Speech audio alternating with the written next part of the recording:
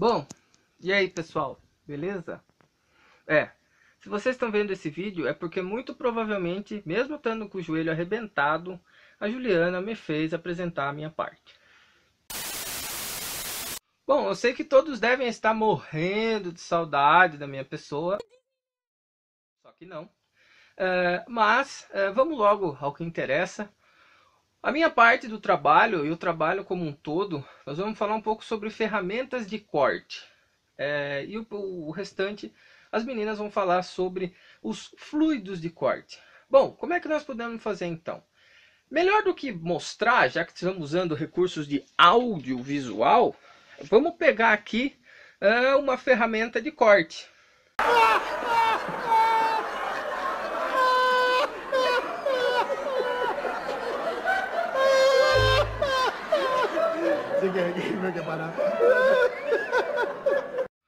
Bom, depois do momento Praça é Nossa, para vocês não terem o desprazer de ficarem olhando para essa linda cara barbuda, nós vamos só ver os slides e eu vou narrando.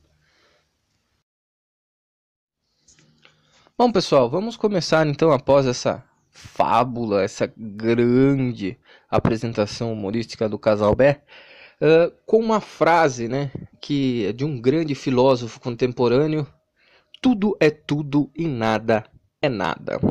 Bom, vamos falar um pouco sobre as primeiras ferramentas de corte, né? A gente até fez uma piada meio fraca, um pouco antes de começarmos, mas assim, as primeiras ferramentas de corte realmente datam de 6.000 a.C.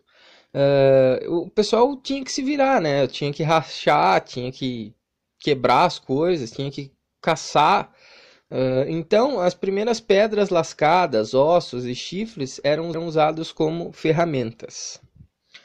Bom, lá quando se começou aquele levante de estudos para descobrir as grandes civilizações egípcias, o pessoal encontrou uma furadeira, ou algo muito próximo disso, datado de 1500 a.C. no Antigo Egito. Então você imagina, lá em 1500 a.C. o pessoal já tinha a ideia da necessidade de transformar movimento linear em rotativo.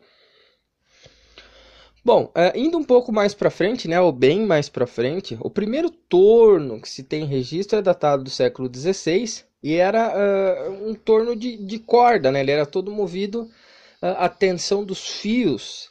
E quem trabalhava nesse torno não era uma questão, uma organização fabril, por exemplo, era o artesão, que em muitas das vezes, como a gente pode ver aqui, né, o propósito era fazer ornamentos em madeira. Bom, quase no final do século XVI, a demanda, especialmente por produção de armas, começou a gerar a necessidade de produzir mais com menor custo e menor preço. Isso a gente encontra até hoje. Aí, como força motriz dos tornos rudimentares que se tinha na época, o pessoal começou a acoplar rodas d'água. E essas rodas d'água serviam como a força que ia fazer com que a placa ou algo muito próximo disso pudesse girar. Bom, e aí vem, né? No século XVI, a necessidade de canhões. Essa é uma coisa muito legal. A primeira grande tolerância, né, se é que se pode chamar dessa maneira, no diâmetro de um canhão foi de 1 dedo em polegada. Então imagina como era preciso o processo, né? É a evolução que hoje a gente fala em milésimos de milímetro. Naquela época o máximo que se conseguia era 1 dedo. Bom, aí vem a cara mais próxima do que nós conhecemos hoje, né? Que vem do grande Maudslay, que fez o primeiro torno de barramento. Inclusive, é curioso a gente ver que esse torno de barramento prismático, ele teve muita resistência, né, do pessoal da época, e até porque ele tentou fazer um negócio também ainda mais louco. Ele tentou fazer toda a estrutura de ferro. Então você imagine, né? Foi um tapa na cara da sociedade da época. Bom, E aí a coisa vem evoluindo, máquinas a vapor, energia elétrica, e a outra e última grande revolução que nós tivemos foi nos anos 50, no MIT, onde nós tivemos a primeira máquina-ferramenta numericamente controlada, que é a precursora dos famosos CNC. Bom, deixa eu falar um pouco, chega de falar um pouco de história, e vamos falar um pouco sobre definição. Afinal de contas, nós estamos falando em processo, entorno e não sei o que, mas o que é usinagem? Bom, vamos seguir as escrituras, né? E vamos falar o que a norma DIN 8580 diz. Bom, todos os processos onde a remoção de material ocorre em forma de cavaco. Processo de fabricação onde a peça é um resultado de um processo de remoção de material. Cavacos. E o que é o cavaco? Todo mundo sabe o que é um cavaco, todo mundo já deve ter se queimado, se cortado com um pedacinho de cavaco. Mas qual é a definição técnica do cavaco? O cavaco é uma porção de material da peça retirada pela ferramenta que apresenta forma geométrica irregular. Bom, dando sequência, né, pessoal? Dentro desse contexto, uma vez que a usinagem foi definida, tem alguns termos, né, e algumas definições que para nós é comum, já está intrínseco, né? Mas o que é usinabilidade, por exemplo? É o grau de dificuldade para se usinar um determinado material.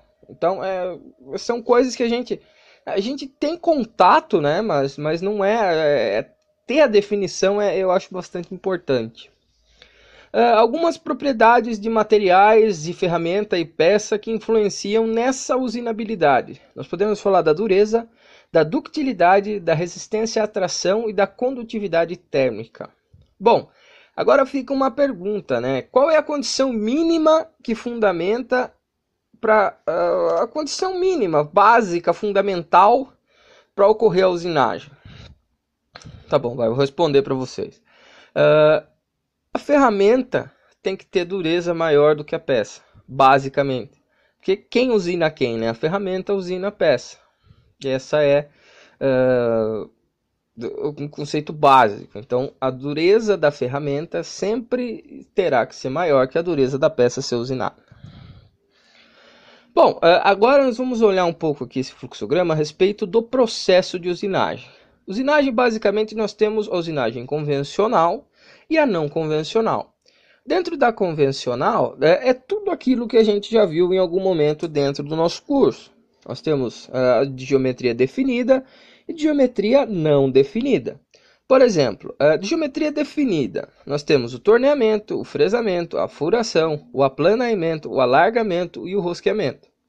Geometria não definida, nós temos o polimento, a lapidação, o brunimento, o lixamento e o jateamento. Pô, mas geometria definida e não definida? Sim, a geometria resultante do processo é que determina, né? Se eu tenho, por exemplo, no torneamento eu consigo determinar a superfície exata, eu consigo criar uma superfície a partir de um processo. Na geometria não definida é complicado.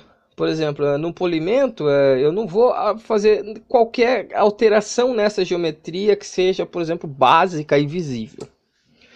E aí nós temos também a usinagem não convencional. Nós temos usinagem por jato d'água, eletroerosão, lasers, plasma e íons. Bom, falando um pouco sobre os processos, vamos focar um pouco mais agora no processo de torneamento. Bom, como sempre, vamos dar uma olhada na definição do que é torneamento. Ah, Jefferson, mas todo mundo aqui sabe o que é torneamento. Sim, mas vamos para a definição. Processo mecânico de usinagem destinado à obtenção de superfícies de revolução com auxílio de ferramenta monocortantes. Para tanto, a peça gira em torno do eixo principal da máquina e a ferramenta se desloca simultaneamente seguindo uma trajetória coplanar ao referido eixo. É usinagem. Bom, aqui relacionado aos movimentos, né? Todo mundo já teve a oportunidade de ver esse desenho, acho que 1 bilhão de vezes em algumas das disciplinas que nós tivemos durante o curso. Mas aqui nós temos os movimentos, né? Movimento efetivo, movimento de corte, movimento de avanço, apontado pela ferramenta, a partir da ferramenta, que nos gera uma velocidade efetiva, uma velocidade de corte e uma velocidade de avanço. Bom, Aqui nós temos as grandezas referente ao torneamento, obviamente, né? As fórmulas. Não vou ficar lendo à toa isso daqui, porque todo mundo já sabe isso aqui de trás para frente e também está mostrando aí na tela. Qualquer dúvida, eu vou mandar o material. Vocês podem consultar e devorar. Bom, agora nós chegamos à geometria, né? Todos bem se lembram, tivemos uma matéria única e exclusiva ao estudo da geometria dessas ferramentas, né? E sabemos que tudo isso é muito importante. Temos os 7 ângulos, né? O KR, o ER e o ER na vista R. O alfa O, o beta O e o gama O no corte OO, que podemos ver logo ali em cima. E o ângulo de inclinação da ferramenta na vista S. Bom, eu poderia explicar isso e tudo mais, e chovendo molhado, mas eu vou chamar ele para me ajudar. O Deus dos processos de fabricação. Aquele que sabe tudo, que tudo sabe e tudo vê dentro de uma oficina. Uma salva de palmas, pessoal, para o grande Ananias. Bom. É só pensar num formão usado por um marceneiro. É fácil perceber que a cunha dessa ferramenta pode ter um ângulo bem agudo, uma vez que a madeira oferece pouca resistência ao corte. É isso.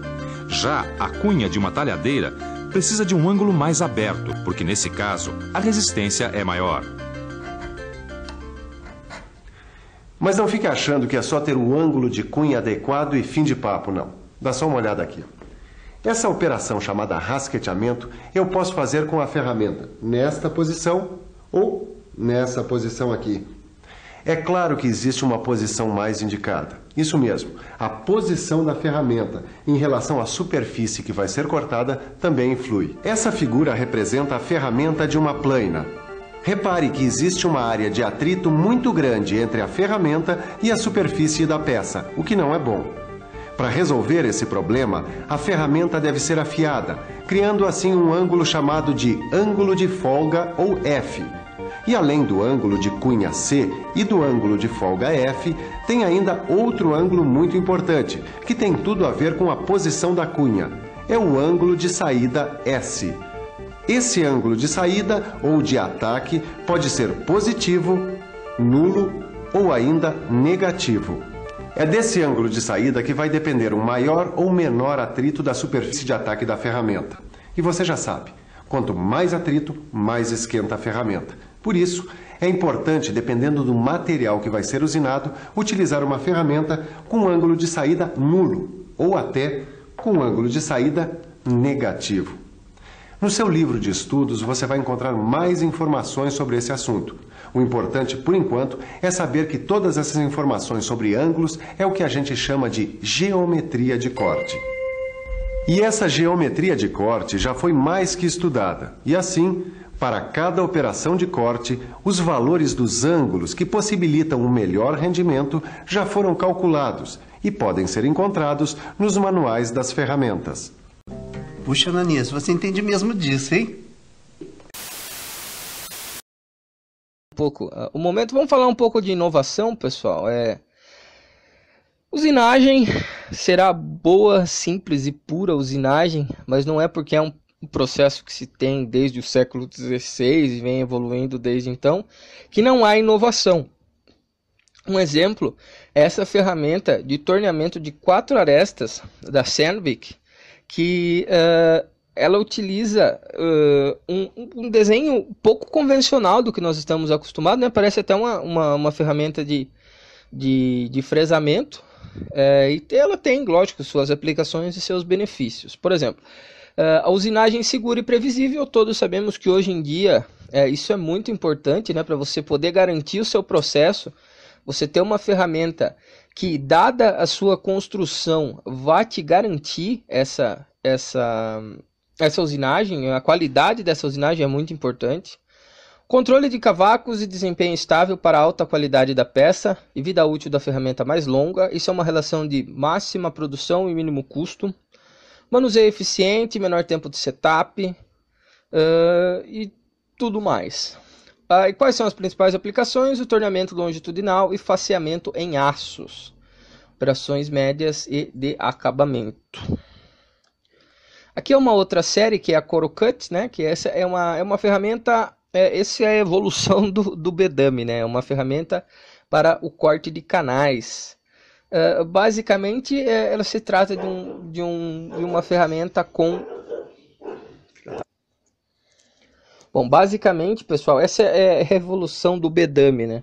Ela se trata de uma ferramenta uma ferramenta para abertura de canais nas peças, né? Que conta com refrigeração interna.